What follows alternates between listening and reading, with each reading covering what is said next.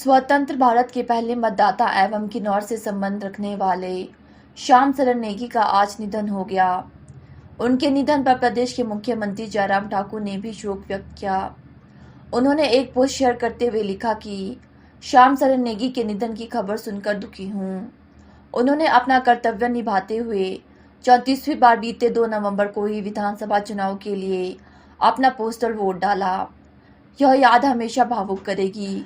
ईश्वर उनकी पुण्य आत्मा को अपने श्री चरणों में स्थान दे तथा शोकग्रस्त परिवारजनों को संबल प्रदान करे। बता दे, पूरे देश के मार्गदर्शक एवं युवाओं को मतदान के प्रति जागरूक करने वाले देश के प्रथम मतदाता श्याम शरण नेगी का आज सुबह 2 बजे निधन हो गया।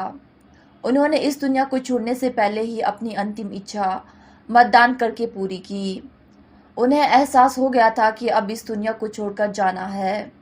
तभी उन्होंने प्रशासन से मांग की थी कि 2 नवंबर को घर से ही मतदान करेंगे। उनके निधन की जानकारी देते हुए उपायुक्त किन्नौर आबिद हुसैन सादिक ने बताया कि देश के प्रथम मतदाता श्याम शरण नेगी का निधन हुआ है, जो पूरे देश और किन्नौर के लिए दुखद है। थाना क्षेत्र के तहत कुनेरन में दर्दनाक हादसा पेश आया है, जहां सड़क पार करते हुए एक 8 वर्ष के मासूम बच्चे को ट्रक ने टक्कर मार दी। हादसे में बच्ची बुरी तरह से घायल हुई तथा उसने मौके पर ही दम तोड़ दिया। वहीं पुलिस ने मौके पर पहुंचकर ट्रक को कब्जे में लिया और मृतक बच्ची की शव का क्षेत्रीय अस्पताल ऊना में पोस्टमार्टम करवाने के बाद परिजनों को सौंप दिया गया। मृतक बच्ची की पहचान प्रियंका पुत्री तेजपाल निवासी बदायूं उत्तर प्रदेश के रूप में हुई है। जानकारी के अनुसार कुनेरन में 8 वर्षीय प्रवासी बच्ची शुक्रवार देर शाम को सड़क पार कर रही थी। इसी दौरान ट्रक ने उसे अपनी चपेट में ले लिया, जिससे वह ट्रक के पिछले टायर के नीचे आ गई और उसकी मौत हो गई। एसपी ऊना अरजीत सेन ठाकुर ने इसकी पुष्टि की है। श्री रेणुका जी मार्ग पर जमटा के समीप आज सुबह पेश आए सड़क हादसे में 3 लोग घायल हो गए, जिनमें 2 स्कूली बच्चे भी शामिल हैं। इस दौरान एक टिप्पर ने बाइक को अपनी चपेट में ले लिया, जिस कारण तीनों को चोटें लगी और उन्हें उपचार के लिए मेडिकल कॉलेज नाहन पहुंचाया गया। वहीं हादसे के बाद दोनों तरफ वाहनों का लंबा जाम लग गया, जिनमें छोटे वाहनों सहित निजी और सरकारी बसें भी शामिल रही। तकरीबन 1.5 घंटे तक जाम लगने के चलते लोगों को भारी असुविधा का सामना करना पड़ा।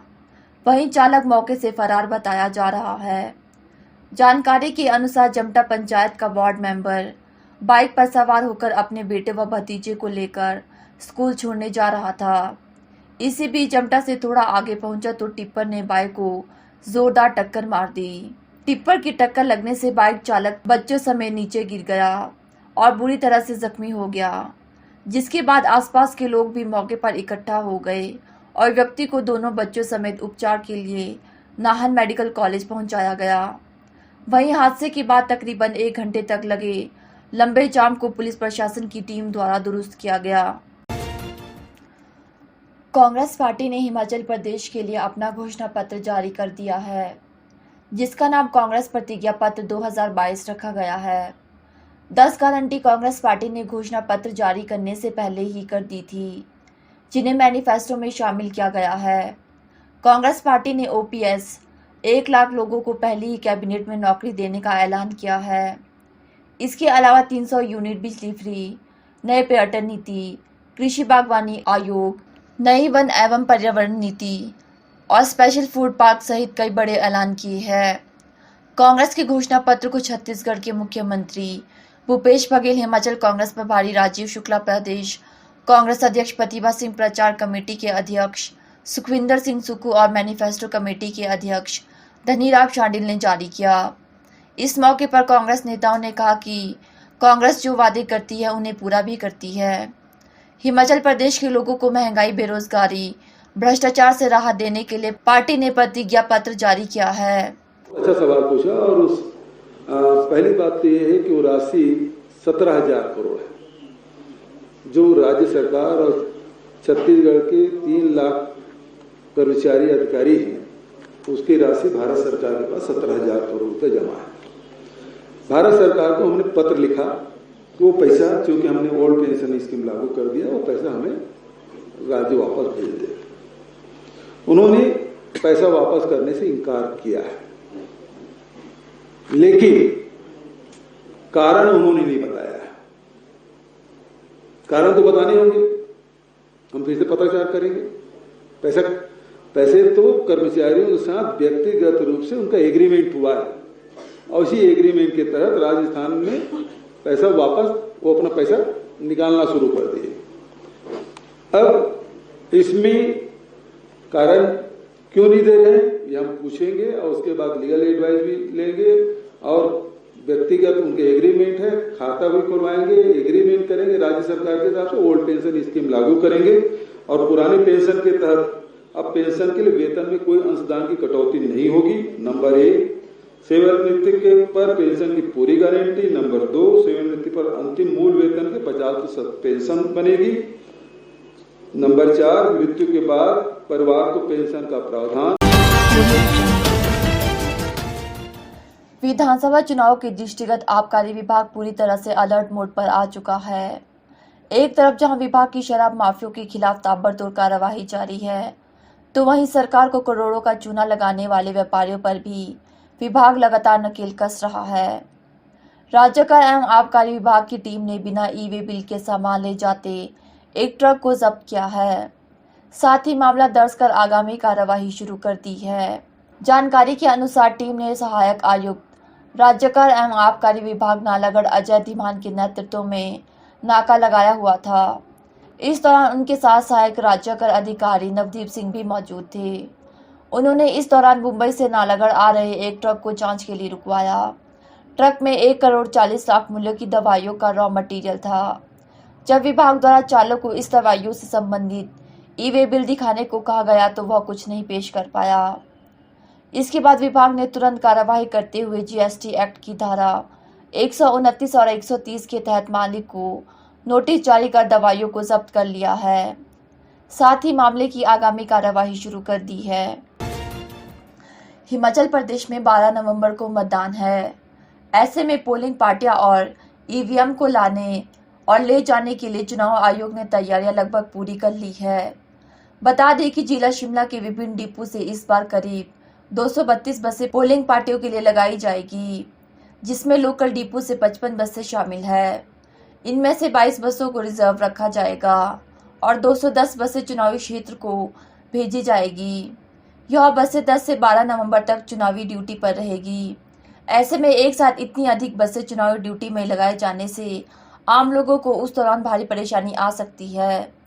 वहीं इस बार हिमाचल पथ परिवहन निगम की विधानसभा चुनाव के लिए जिले में लगाई जाने वाली बसों को जीपीएस से निगरानी की जाएगी। इन सभी बसों में जीपीएस लगाया जाएगा ताकि इन्हें ट्रैक कर यह पता लगाया जा सके कि वह किस रूट से होकर गुजर रही है। जीपीएस लगाने का मकसद चुनाव में पारदर्शिता बरतना है।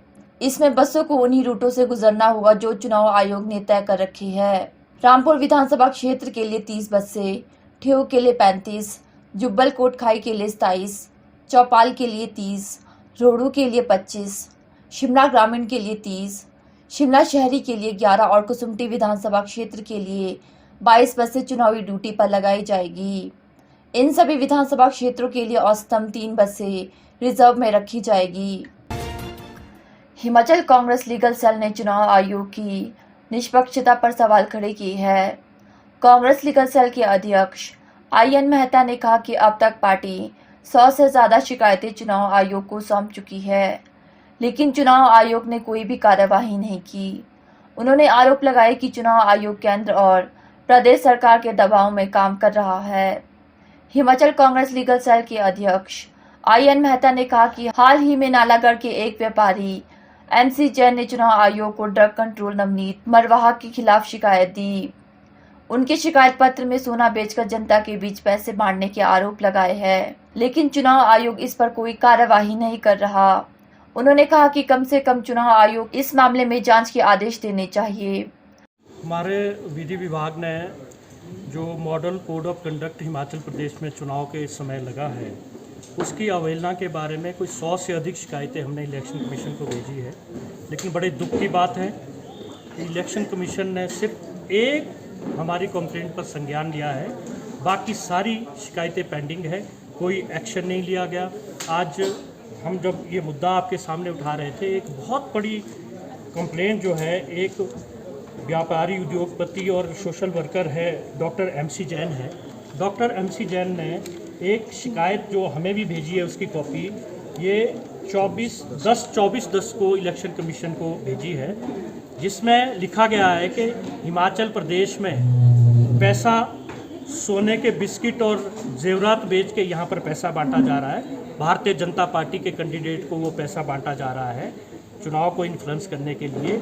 उसके बारे में जिसकी प्रधानमंत्री महोदय, भारत के प्रधानमंत्री को उसकी शिकायत की गई MC जैन द्वारा, और इलेक्शन कमीशन ने उस पर कोई भी संज्ञान नहीं लिया है। हैरानी की बात है।